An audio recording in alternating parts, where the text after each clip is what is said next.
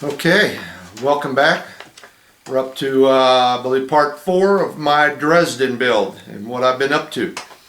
I've got the ship sitting here on the desk. I've actually got a couple parts glued together to show you. Before I get to that though, I want to talk a little bit about this YouTube. I don't know if anybody's watched the news today, but it looks like YouTube is going to start putting advertisement on everything. And I've never partaked in that. I didn't want to have nothing to do with all that. You know, I'm just sitting here having fun, showing you guys what I'm doing, and I'm not looking to make no money off of this. So that's why I have no advertisement on mine, on my YouTube page. But, you know, if YouTube has their way, everybody's going to have it. Alright, but the problem I've been having, and it's popped up about 3 times in the past week, is I've been getting comments that I can't reply to. And apparently it's not on my end, it's on the sender's end.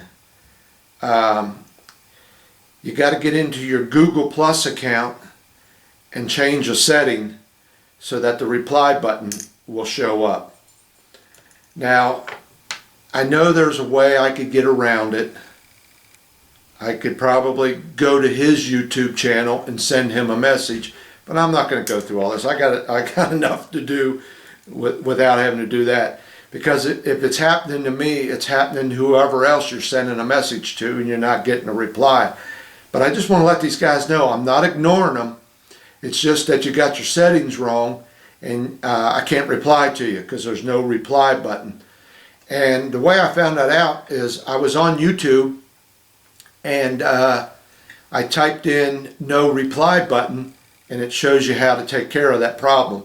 But it's in your Google Plus account. But let me say this too. First thing I do when I get on my computer is I go to my browser and I check my email.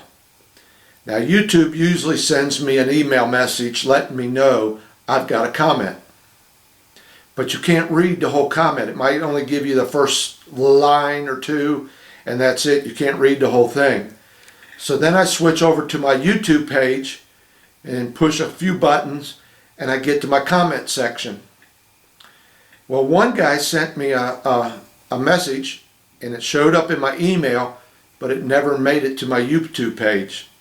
And that was Cyfrog, C-H-Y-P-F-R-O-G. And what I could read about it in my email was that he was commenting on my guns. And I think what he was talking about I already knew about. And I wanted to comment back to him, and I wanted to see what else he had to say, but I couldn't find it. It never showed up on my YouTube page. So I'm not trying to ignore you. I just can't get to you. And then the other 2 guys that sent me messages with no reply button was a Sheila Hornick, and I believe the Sheila Hornick is a guy. Sheila, probably from down Australia, down under. And then a Donald Brent from out in Phoenix, Arizona. He sent me a comment, wanted to get in touch with me. No reply button. So, like I said, I'm not ignoring you guys. I try to comment back to every comment I get. It's just that I think you got your settings wrong, and it doesn't allow anybody to respond back to you. So I don't know if that's a preference you want or what, but I don't think it is, because the Donald Brent wanted me to get back in touch with him. No reply button. So, you know, you guys are going to have to check that out. So if you don't hear from me, or if you comment and you get mad because I don't comment back, you know, that's probably why. Alright, so let's get into the ship. Got it sitting here. Like I said, I got a couple parts glued together, and we'll see what's going on. Okay, so here I am getting the 2 halves of the hull together. Now, I've got the deck sitting in here, but it's just temporarily in there. It's not glued. And this is one of the reasons why I don't follow directions the way they got them laid out. if I was following the directions, most everything would already be on this deck. All the little guns, the bridge, and quite a few things would be on there. And in doing that, you run the risk of snapping little pieces off. Just much easier to do it this way, because when I put my two halves of the hull together, I like to have the deck sitting in there to help form this hull to its shape it has to be in. If you just did it the way they suggest, you would just put the two halves together and then hope that when it comes time to put the deck in, that you don't have it too far apart or too close together. And then you're putting stress on the seam trying to get that deck in there. So I find it much easier that when it comes time to put the hulls, the two halves together, to have my deck in there so everything is going to be the way it is when this sets up. Now you can see I got a lot of tape on there. I tried using some clamps. They wouldn't work. I even tried using some of these little clothespins I got, but they would just come right off because there's not a flat surface anywhere to put any kind of clamp on. So I got a couple rubber bands and a bunch of tape, and it pretty well fit up pretty good. I got some work to do right here, you can see that, but other than that, you know, it went together fairly well. Some nice tight fitting back here, and this is where them other two parts were, and that fits together real good. The bow fit together real good, but I can see I got a lot of work to do right back here where them extra pieces were for the where the propellers were. It's pretty rough right there. All right, and I can't be sanding on this hull very much because it's not very thick. It's pretty flimsy. So I'm going to have to do quite a bit of work on here to get this right and then get this seam sorted out. And I don't know if they're showing up or not, but there's quite a few sink marks on this. There's 2 sink marks there. There's 2 up here, and I believe there's a couple more under this piece of tape. So I'm going to have to get that pretty well straightened out. But other than that, she went together pretty good. So I'm going to let this set overnight, and then I'll come back in here tomorrow and unwrap it and get my deck out of there. And then I'll get down in there and put some more glue. Now, I just, you know, this stuff is great for this Tamiya. You just get your 2 pieces together and run that glue down that seam, and it gets in there all on its own. And then, you know, just it welds it together. So tomorrow I'll come along, get inside, put some more. I might even put a couple little styrene strips in there to give it some more support, and we'll go from there. All right. So she's getting there, because this deck does have to come back off because there's a gun that sits on a platform in here that is under this deck. So it's just temporarily in there right now. Okay, and while we're talking about this deck and the ship, the model in general, I got a complaint. And if anybody's ever watched any of my other videos, I've always got a complaint with these kit manufacturers. Okay, there's a part here, another part back here on this side, and another part up under here on this. And then you flip it over, and there's another part corresponding to the other side. All right, well, here's my little pet peeve. All right, why they can't take, and you know, you got a port and starboard. So why can't they take the part numbers on the, let's say the port side, are all even numbers, okay? on the starboard side would be all odd numbers. So when you cut a part off your tree and it's an odd number part, well, you know it goes on one side or the other. Well, in this case, here's an even number, here's an even number, here's an odd number. You know, it might not seem like a lot, and it might be seeming like I'm nitpicking, but I think it would be a lot easier for guys putting these models together, that if you cut a part off and it's an even number, you know it goes on one side or the other. You know, and this book here, it wouldn't have been hard to do. Let me get it here. This book is copyrighted 2014. So this book just came out last year. All right. Just something, you know, that I always got to complain about something. You know, I don't know if Revell, this is a common practice with them, or all the kit manufacturers, but I wish, and I don't know if they do or not, had a website that you could go to where modelers could leave comments to better their product. You know, if I had a business and people were writing in and say, hey, why don't you do this or do that, I would take that under consideration. You know, there's a lot of these kit manufacturers out there. If you want to stay on top, then you need to listen to the guys that are building your models. You know, it's just a little something, and I haven't gotten very far yet. I might find some more. You know me, I like to complain. All right, so today I went outside, got a pretty nice day, got up to almost 60, and I took my funnels. Let me get this out of the way. I took my funnels and my cabin and that little platform that the cabin sits on, and I shot a coat of primer on it. Just put one coat of primer on it. And what that does is brings up any imperfections you might find. I see a little mark back here I need to touch up.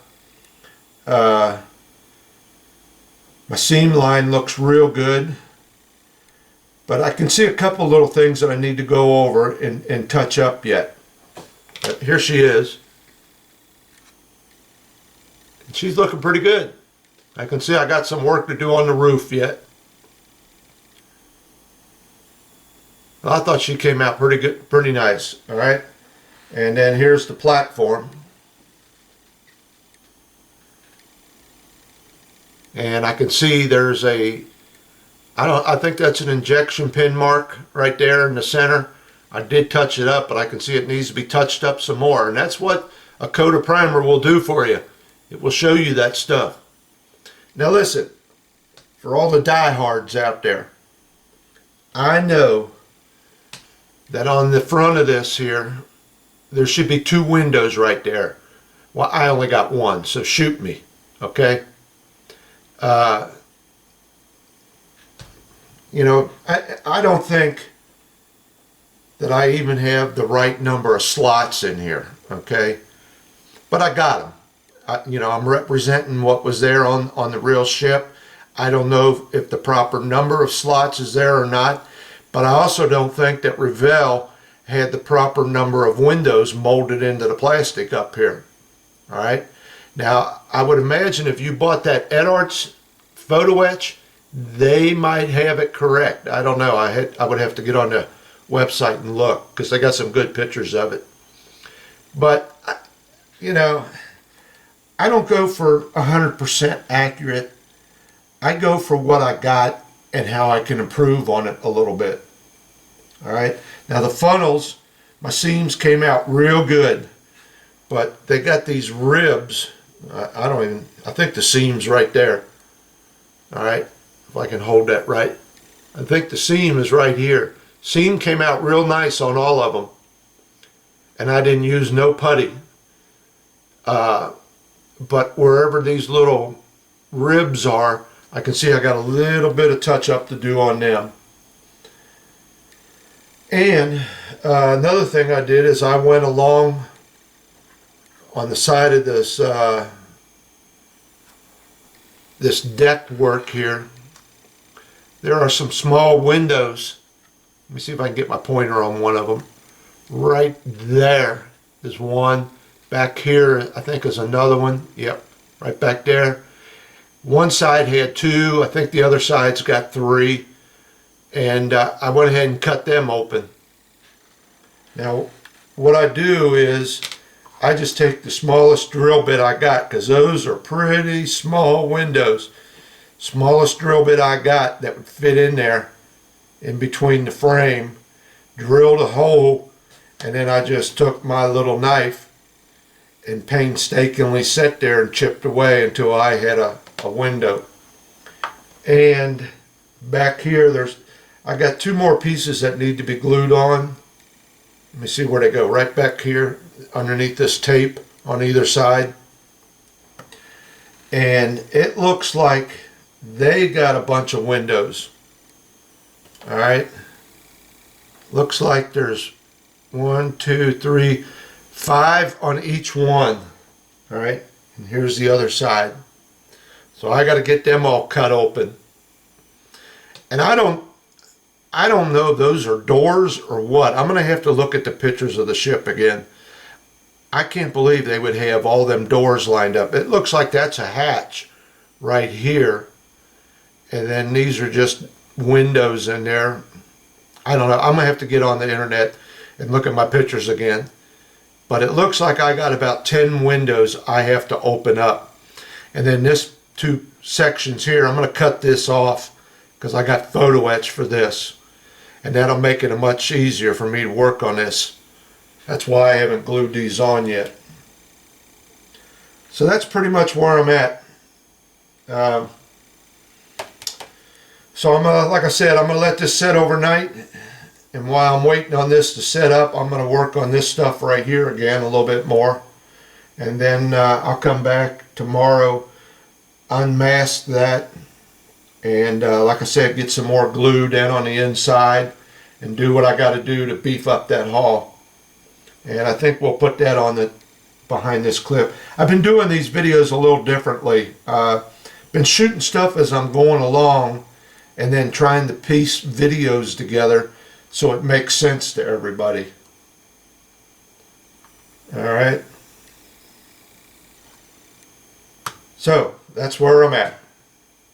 So hang in there. I think there might be just a little bit more to this. Alright, so here I am. Got my deck all unwrapped, and you might have seen it in the last video in this position, you know, with my funnels on it up next to my Arizona. But that's because of the way I'm filming these videos. You know, I just got to film them and put them together the way they make the best sense to everybody. All right, so here it is. I got the deck all unwrapped, the hull, all the tape off of the hull and all that. And you can see I got a nice tight fit with that deck. Alright. And that's why I say when I glue my hull halves together, I like to have that deck in there. Because now I can pull this deck out of here. And you can see I got a nice solid hull. And by having that deck in there, she's not twisted or anything. She's not too far apart, not too close together. She's just where she needs to be. And then I came along and put a couple little styrene strips down in there. And down in here, if you can see them, I cut some pieces of sprue and glued them in down in there. And I got one up here in the bow. A piece of sprue glued down in there. And that helps beef up this seam line inside. And then I took my Tamai glue and went all across that seam from the inside. So now she's good and solid. Don't hear no crack. I can bend on it pretty good and she's not budging. Now you can see I got some work to do on the seam line on the bottom here. And if it's showing up, there's those sink marks I was talking about. Right there and there. And there. And then I got this work to do back here. Hear that? Alright, now, in case anybody hasn't watched any of my other videos, years ago I used to be in the body shop business. I worked for quite a few years in the body shops, and I did a lot of cars, okay? And what I like to do with my models, even though it's plastic, I treat them just as if they were a car. And what I mean by that is I do my body work first, just like you did on a car. If it was damaged, a guy comes in, he does whatever he needs to do to get it straight, does his body work, grinds it down, gets it as smooth and as close to the original shape that he can get it, and then come in with my putty. Alright? Because I've seen, and this is what I'm using, I've seen a lot of guys will just take the bare plastic, just the way it is out of the box, and take this putty and just smear it on their seam line. This will grab a hold much, much better if this surface is roughed up. Okay? So that's what I do. And by doing my body work first, I don't have to put as much on there. Okay? So what I'm using right now is, I believe that's about a 100 grit sanding stick. 100 grit. And I'm just coming along, and remember, I can't sand too hard on this. And I'm just getting this knocked down, getting it pretty well smoothed out. I've only got to go from about here to here. The rest of these seam lines came out real good and tight.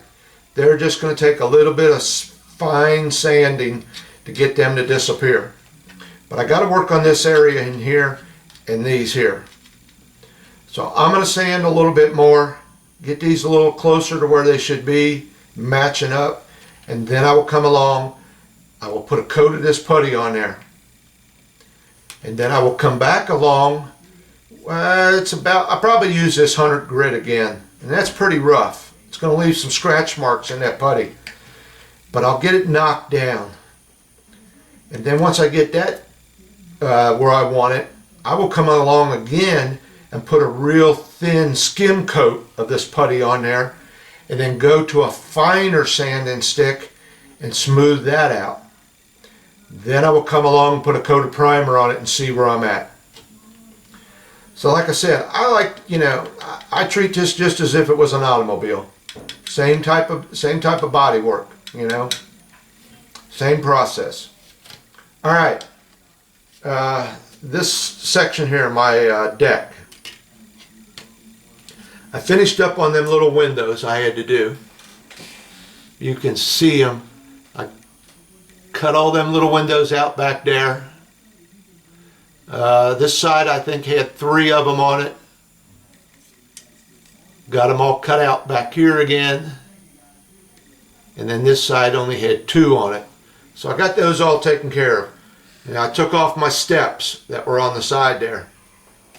So the deck is pretty much just about where I want it, ready to get it in there. I got a few more little things I want to do on it, and then I'll put it in the hall. I'm going to hold off on that wooden deck.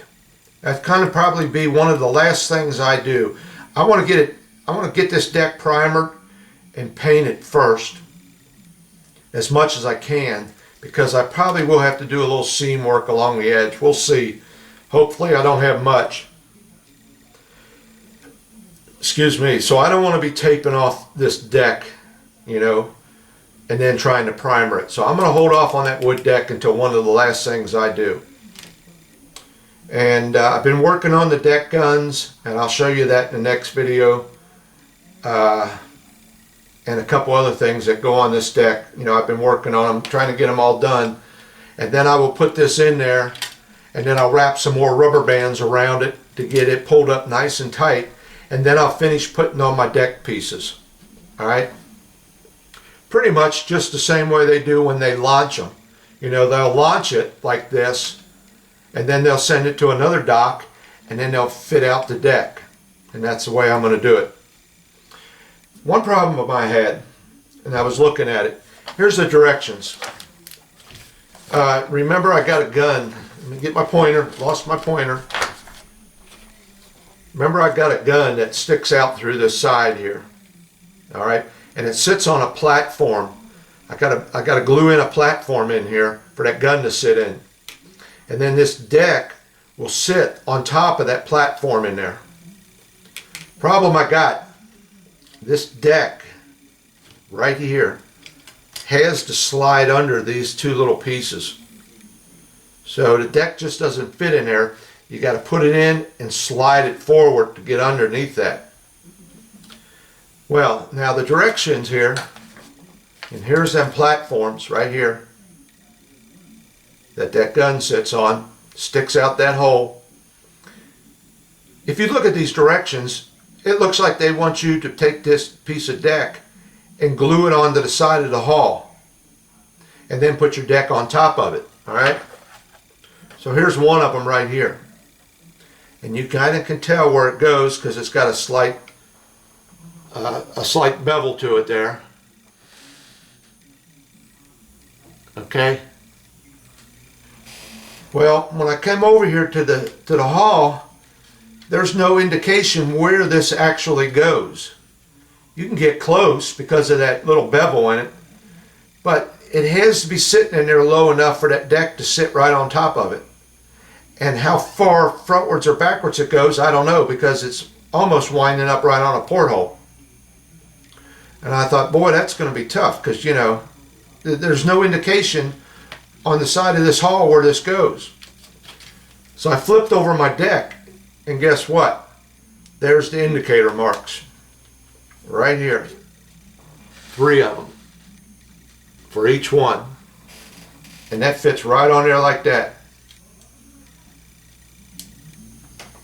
Okay? Fits right in them indicator marks, sits right there. So now that gives me the location of that little deck there.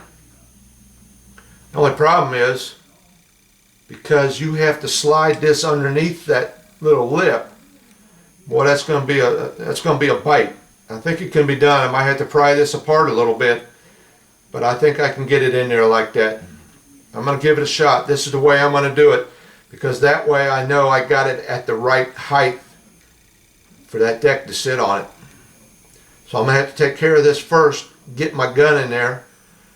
You know, I may be able to slip that gun in there sideways and stand it up, but that's going to be a little bit of a challenge right there, trying to get that in there. So we'll see how that turns out. I might be doing this and cutting it off and putting it back in there, so I don't know, because of the way that gun sticks out that hole or that slot. You not only have to slide under here, but you got to get them guns in them holes. And I think them guns are made in such a way, right here, if you look at them, they got a little piece that glues onto the bottom of that gun. And I think if you just barely touch that with glue, you should be able to spin that gun around. So we're going to give it a shot. All right, so like I said, I've been working on my deck guns. I'll show that in the next video. Right now, my next step, let's get this seam taken care of. So I'm going to work on that. All right. So I think that's about it for this video. By the time you see this video, it will be a week or two later than Easter. But in reality, Easter is 2 days away. So I got about a day to work on this, and then we got Easter to take care of. So then I'll be working on it all next week. So that's why I haven't been working on it too much. I've been having things to do. And I got my glue in, and I'm still waiting on my flags. I'll show you that glue in the next video. My flags, we'll talk about that. There's a little problem on that. So I think we're going to call it quits. But once I get this taken care of, I'll get these little side pieces on here that go on there. I want to hold off on them because, like I said, when I put that deck in, I want to wrap rubber bands around it, so I don't want to take a chance of bending them or snapping them off. So we'll get this taken care of and then go to the deck. All right, thanks for watching.